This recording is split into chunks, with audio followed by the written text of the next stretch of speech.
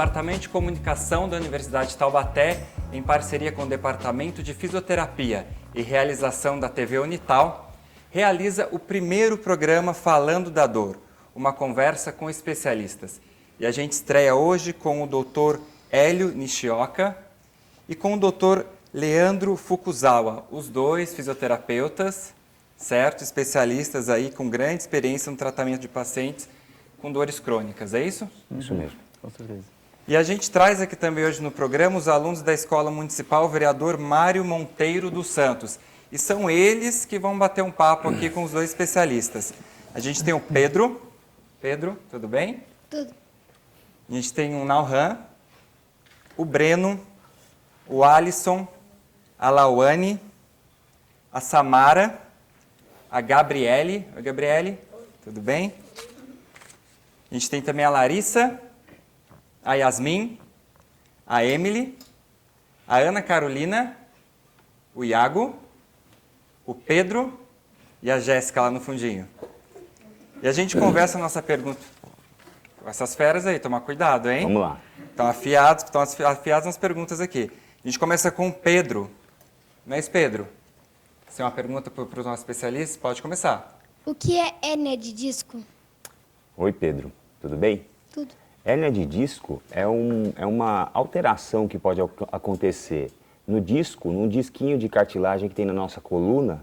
Essa alteração ela pode acontecer na nossa coluna ao longo da nossa vida e nem sempre é uma causa de dor. Ela pode ser uma coisa que dói bastante, mas também pode ser apenas uma coisa que você nem percebe e nem sabe que tem. É só uma alteração do tecido que é natural com o tempo acontecer. Tá bom, obrigada. De nada. Explicado, Pedro?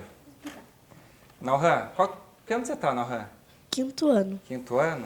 Qual que é a sua dúvida sobre a dor? A dança pode ajudar a diminuir a dor? Com certeza, mas principalmente se a pessoa gostar de dançar, né? Então não adianta a gente colocar a pessoa numa atividade que ela não sentir um prazer, ela gostar de estar em boas companhias, né? Então ela pode ajudar em muito e a gente incentiva muitas vezes os pacientes a voltarem a dançar. Obrigada. Agora a gente vai falar com o Breno. Oi, Breno. Oi. Breno, quantos anos você tem? 10. Tem muita dor, Breno? Não. Não, mas qual que é a sua dúvida? Qual é o lugar mais adequado para fazer exercícios? O lugar mais adequado para fazer exercício é o lugar que você tiver para fazer exercícios. Não existe um piso apropriado, não existe um local apropriado. O que a gente espera é que seja um local que você goste de estar, um local que você se sinta protegido, que você se sinta bem lá, praticando seu esporte e que esteja em boas companhias. Então, o local pouco importa, pode ser uma praça, pode ser uma quadra, pode ser o quintal de casa. Qualquer lugar é bom, desde que seja divertido. O importante é fazer exercício. O importante é se mexer. Viu, Breno? Fazer exercício. Ok? Agora a gente fala com o Alisson. Quando você tem, Alisson? 10. Qual que é a sua série? 5º ano. E a sua dúvida, qual que é? Por que temos dores depois de fazer exercícios? Muito boa pergunta. Quando a gente faz um exercício a mais do que a gente está acostumado, ou um exercício novo, né? Algumas substâncias ficam no nosso corpo e isso pode gerar algumas dores futuras. Mas por isso que é importante a gente sempre estar fazendo atividade para não chegar nesse excesso e a gente estar acostumado com toda essa atividade. Agora a gente vai falar com a Lauane. Oi, Lauane. Oi. Tudo bem? Tudo. Lauane, sua primeira vez na televisão? Sim. Tá gostando? Sim. E a sua dúvida, qual que é? O que causa o torcicolo? O que causa o torcicolo? Olha, torcicolo pode acontecer só por causa de uma noite mal dormida. Torcicolo pode acontecer só porque você está em semana de prova e está preocupado com a prova. Torcicolo pode ser porque você ficou muito tempo na televisão, muito tempo no celular parado e não fez um exercício, não fez uma atividade mais ativa. E muitas coisas podem causar torcicolo, né? Então, assim, não existe uma coisa. Pode ser só um dia ruim, um dia de mau humor, um dia que as coisas não foram bem, mas não é nada grave, é tranquilo. No outro dia, provavelmente, já vai ter passado. Ok? Agora a Samara. Oi, Samara. Oi. Qual que é a sua dúvida? Por que nós sentimos dor? Muito boa pergunta. Isso é uma ótima pergunta porque muitas vezes a gente acha que a dor não é boa e a gente tem a dor como se fosse um alarme do nosso corpo. Então o corpo está avisando que tem alguma coisa diferente lá. E aí a gente tem que, talvez, prestar uma certa atenção para ver se realmente precisa desligar, parar aquela atividade ou realmente adaptar essa atividade, mas o mais importante é a gente sempre lembrar que a dor não necessariamente é uma coisa ruim, e sim um alarme do nosso corpo. Então, quando a gente tem dor, está avisando alguma coisa não está legal. Exatamente, mas às vezes o alarme pode estar desregulado também. Pode ser falso, alarme falso. Pode ser um alarme falso, e aí a gente tem que cuidar mais ainda. Tá certo. Agora é a Gabriele. Oi, Gabriele, tudo bem? Tudo. Qual que é a sua dúvida, Gabriele? Quando temos uma forte dor nas costas, isso é muito grave? Geralmente não é nada grave, né? Da mesma resposta do torcicolo, a gente pode ter uma dor nas costas sem nenhum motivo. A gente não precisa necessariamente, para queimar a mão, dando o exemplo da panela quente. Se você puser a mão numa panela quente, você vai queimar a sua mão. Mas uma dor nas costas, ela não precisa necessariamente ter alguma coisa provocando essa dor. Pode ser uma semana de preocupação, pode ser um problema em casa, mas geralmente isso melhora muito rápido e de maneira definitiva. E a gente não precisa ter medo de um dia ter dor nas costas, a gente tem que continuar fazendo as nossas coisas porque tudo vai ficar bem. Larissa? Oi, Oi, Larissa, tudo bem? tudo. Tem dor, Larissa? Mas é a dúvida, qual que é? Por que quando nossos pés dormem, porque a gente fica muito tempo parado? Muito bom. Dependendo da posição que a gente ficar, a gente pode fazer alguma compressão que é temporária, assim, de algum nervinho, alguma coisa do tipo, ou até da vascularização. E aí pode dar esse formigamento, né, essa dormência, mas também não tem nada grave, a gente movimenta um pouquinho e já está tudo certo. Ou seja, de novo, é só alguma coisa estranha que aconteceu aí que vai ser passageiro. Mas se acontecer várias vezes, se a pessoa tem isso sempre, Dependendo da consistência, a gente tem que realmente procurar alguma coisa, mas normalmente, dificilmente é alguma coisa preocupante, né? tá certo. Agora é a vez da Yasmin. Oi, Yasmin. Quantos você tem, Yasmin? Eu tenho 10 anos. Com 10 anos já com dor? Não. Mas com dúvida você tem. Dúvida você tem. Sim. Ah, então vamos tirar a dúvida aqui com os nossos especialistas. Por que quando quebramos uma parte do corpo, usamos gesso? Por quê? Você viu? Muito legal, hein?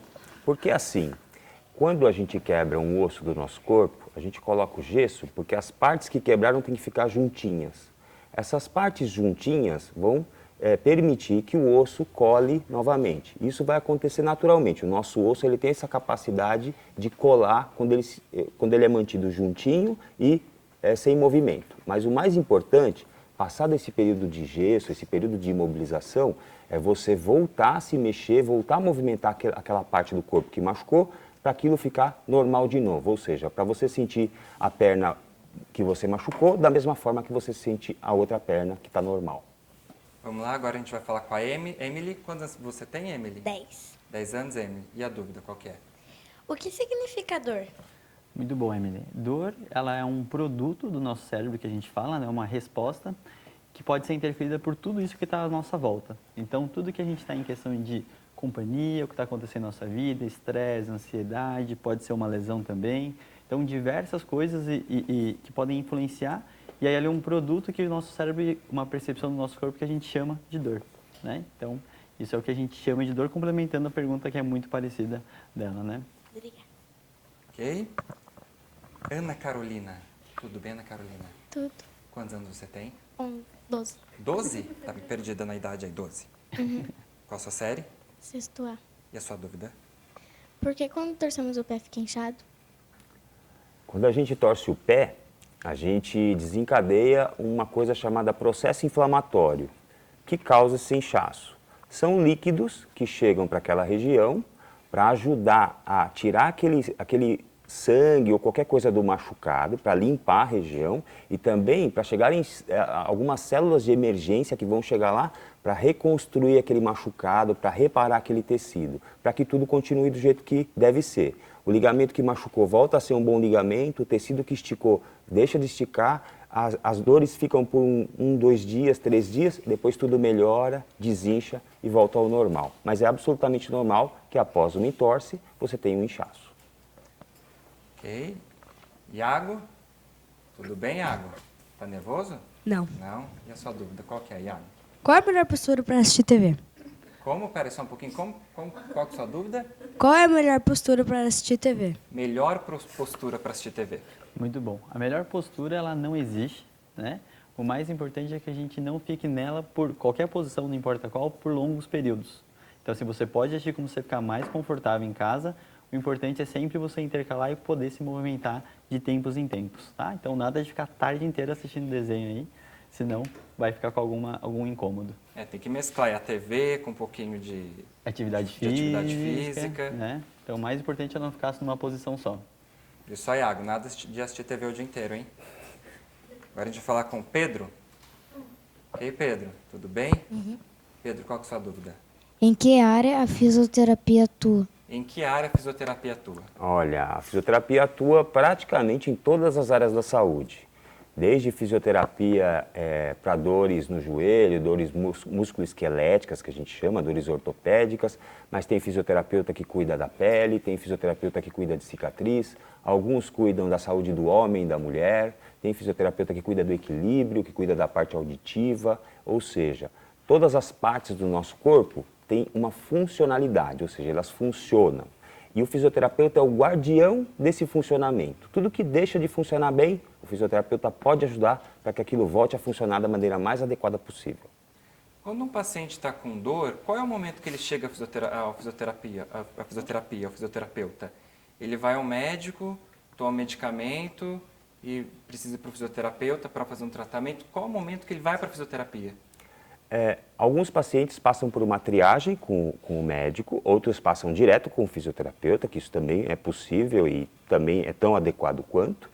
E passando por essa primeira triagem, onde a gente percebe que não tem nada grave, a gente começa o trabalho de fisioterapia primeiro, controlando os sintomas do paciente e depois devolvendo ele o mais rápido possível às atividades, aos movimentos mais adequados para aquele quadro.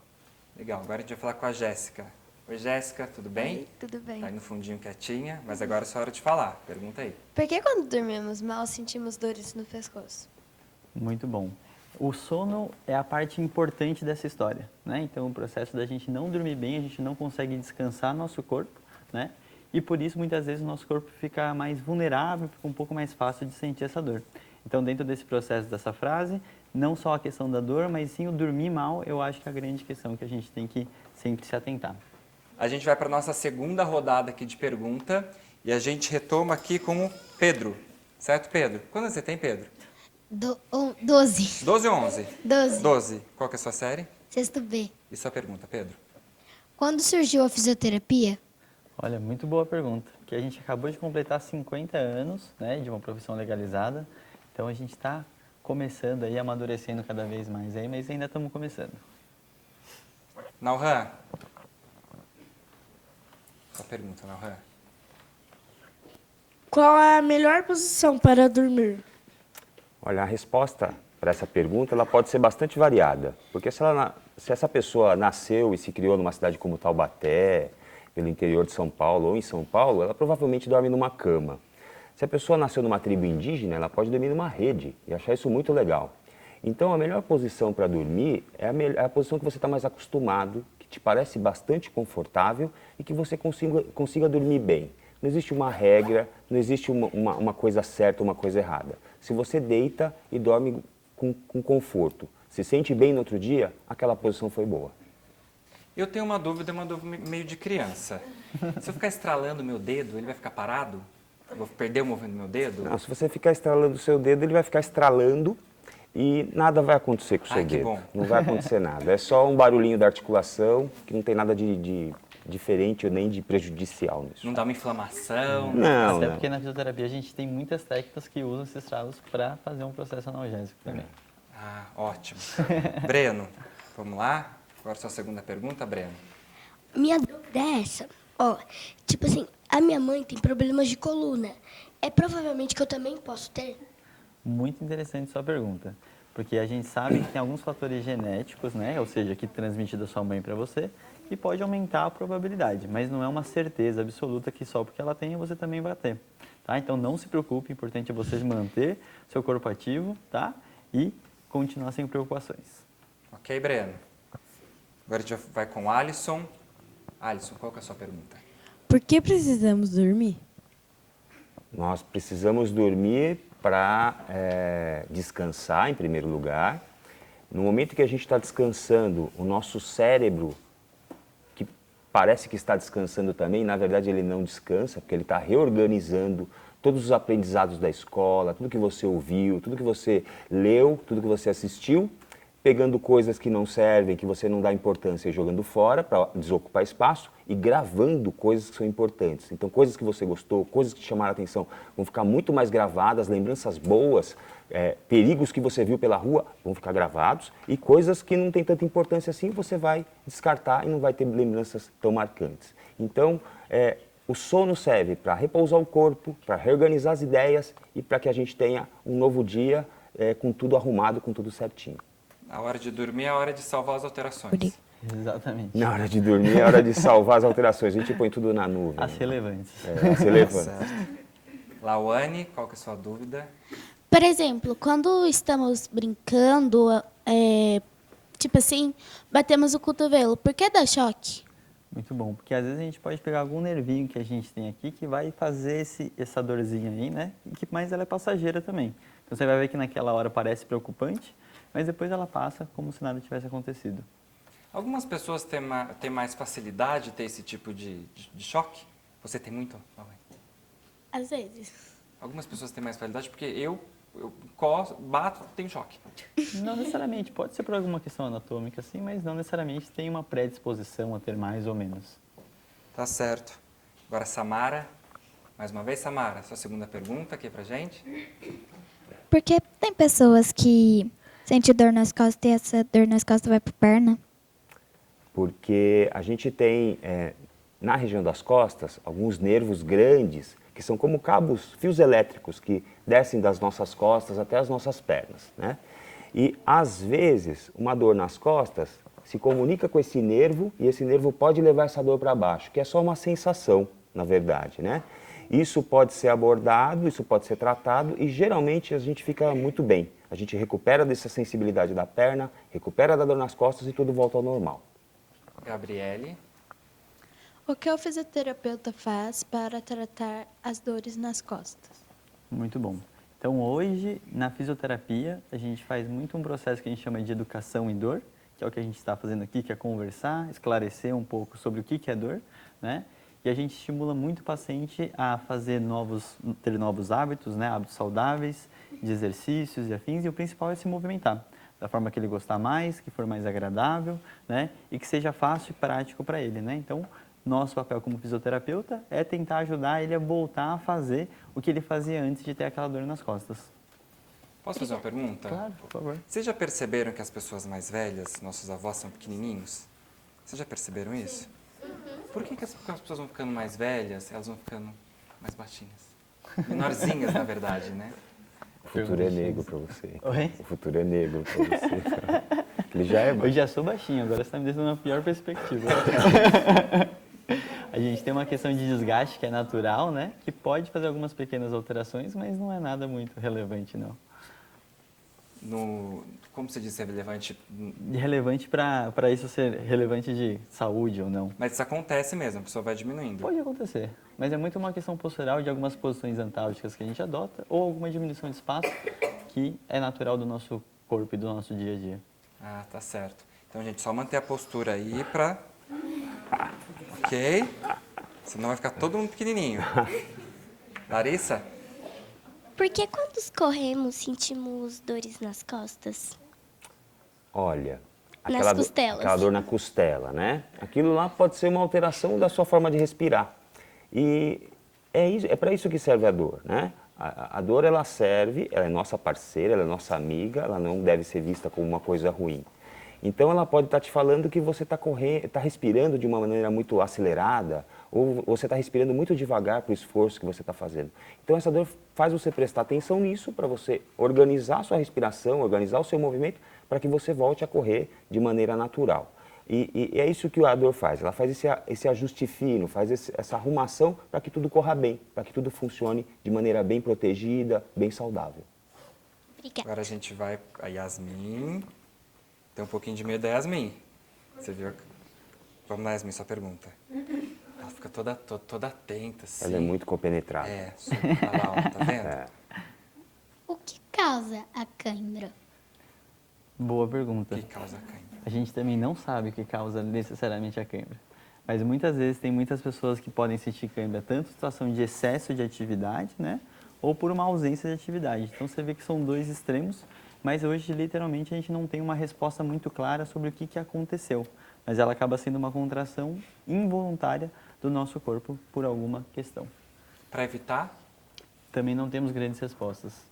Então a gente sempre tem essa questão de manter uma atividade, uma boa movimentação na região, mas a gente não tem nada muito claro como que se evita literalmente em relação a isso. Então a pessoa que tem boa atividade, que sempre frequenta, faz atividade física, tem uma boa alimentação, ela pode ter cãibra?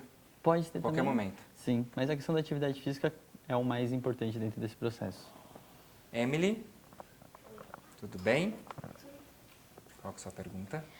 Por que nossa coluna trava? Boa pergunta, hein? Excelente pergunta.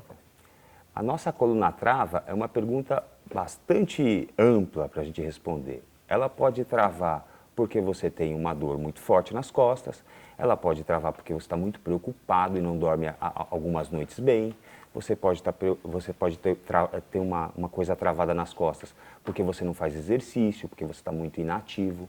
Então, não existe uma causa para a nossa coluna travar.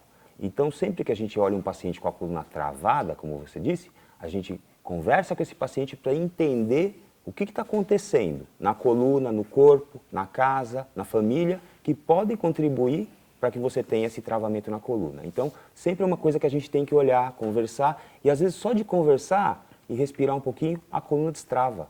Ela destrava naturalmente, tá bom? A dor é muito forte quando a coluna trava. A Já dor vi pode... algumas pessoas com a coluna travada, assim que...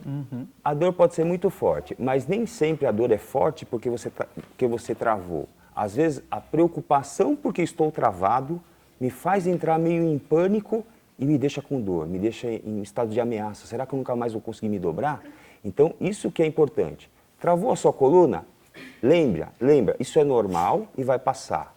E respira, relaxa, vai se movendo devagarinho que tudo volta ao normal. Muitas vezes, a reação ao travamento causa mais dor, porque a gente fica meio apavorado. Isso pode acontecer até com eles, que são crianças? É raro, é muito raro. Mas a gente já viu, como a gente vê muito paciente, eu já cheguei a atender pacientes com 12, 13 anos que têm uma dor nas costas mais forte, mas é raro. Então, gente, se travar a coluna é só ficar calmo, que vai resolver. Vai resolver. Tá bom? Ana Carolina. O que é bico de papagaio?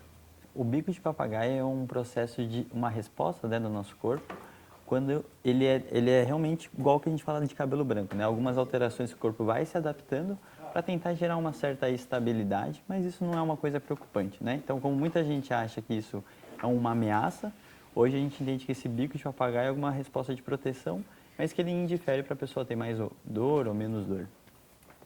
Iago, qual é a sua pergunta? Por que os adultos têm dores piores que as crianças?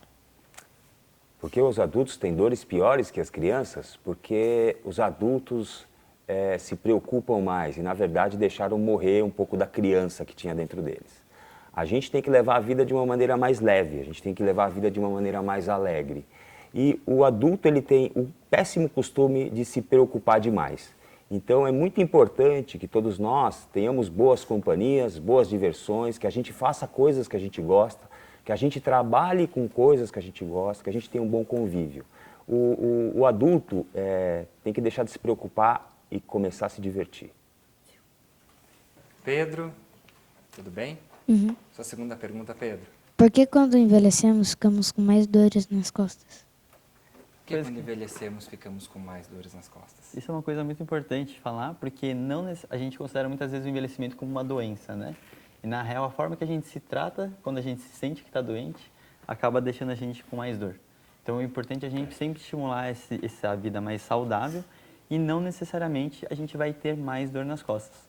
Então, é importante a gente manter aquela atividade, bons hábitos, assim como ele acabou de falar, para conseguir ter menos preocupações e mais saúde. Jéssica? Existe um peso ideal para se carregar na mochila? Se sim, qual é ele? A gente não pode exagerar no peso, é lógico. Mas o peso que vocês normalmente carregam na mochila de vocês, que não passa geralmente de 10% do peso do corpo de vocês, de cada um, é totalmente seguro para se carregar. A gente não tem que se preocupar com o peso que a gente carrega na mochila, se a gente carrega a mochila do lado direito, do lado esquerdo, dos dois lados. Isso é mais um tabu que a gente tem que deixar de lado, porque muita informação ruim foi passada para nós, mas hoje, ainda bem, a ciência está pegando essas informações erradas e dizendo para nós, olha, isso não é preocupante, pode esquecer. Então carrega a sua mochila, a gente não pode exagerar, como tudo na vida busca equilíbrio, mas não precisa se preocupar com o peso da mochila. Então a nossa segunda rodada de perguntas fica por aqui. Alguém tem mais alguma pergunta sobre dor? Não? Então a gente encerra aqui nossa rodada de pergunta. Ela fez uma da cartilagem que eu acho interessante. Eu ia falar com ela agora. A Lauane, a gente estava conversando aqui, ela falou da mãe dela, que tem um problema de cartilagem no joelho. Ela falou que não tem cartilagem no joelho. Isso é preocupante? Isso é interessante, porque muitas vezes a gente se preocupa pela ausência, né, da cartilagem, mas a cartilagem ela é muito forte, né, e ela tem um desgaste que é natural, e a gente não tem que se preocupar pela ausência dela, porque não necessariamente isso vai causar mais dor ou menos dor no nosso corpo, né? Então, de novo, o que importa é a gente se movimentar e deixar esse joelho em ação aí. Qual é a sua pergunta? Eu ouvi dizer que existe uma doença em que a pessoa não sente dor. É muito grave a gente não sentir dor?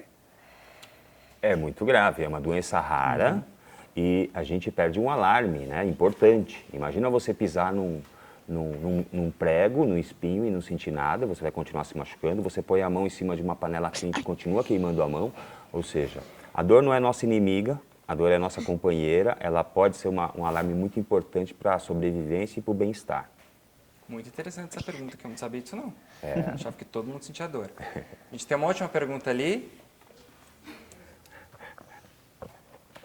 Falando de novo sobre essa doença, mas tem gente que acha bom não sentir dor. Não é bom. Eu também acho bom não sentir dor. A dor é um evento desagradável do corpo. Não é gostoso sentir cólica, não é gostoso bater o dedinho no criado mudo. É tudo muito dolorido. Só que a gente tem que entender que esse sinal é importante para nos proteger e para que a gente tenha uma boa vida, para que a gente tenha uma boa forma. Mas não que seja desagradável não ter dor. É bom não ter dor. Tipo assim, a gente quebra um osso, a gente não vai sentir dor, mas a gente não vai saber que a gente quebrou.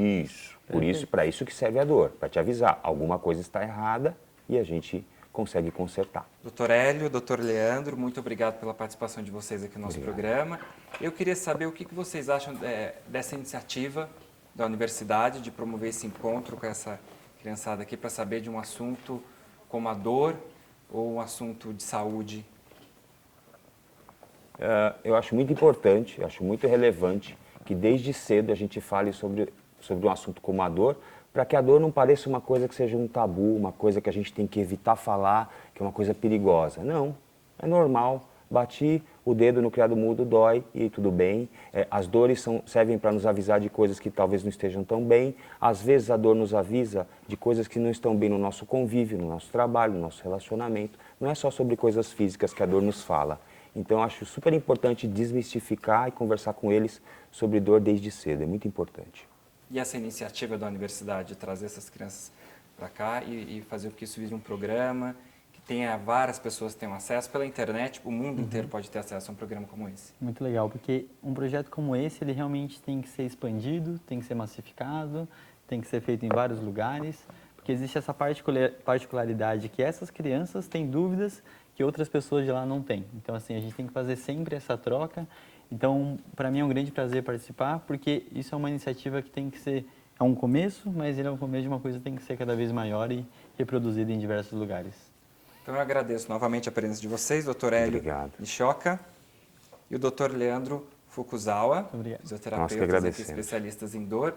Agradeço a galerinha aqui da Escola Municipal Vereador Mário Monteiro dos Santos.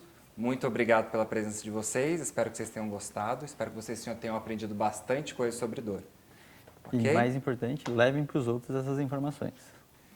Falando da dor, uma conversa com especialistas, é uma iniciativa do projeto Luz, Câmara e Movimento, junto da Prefeitura Municipal de Taubaté e a Universidade de Taubaté, Pró-Reitoria de Extensão. Até o próximo programa.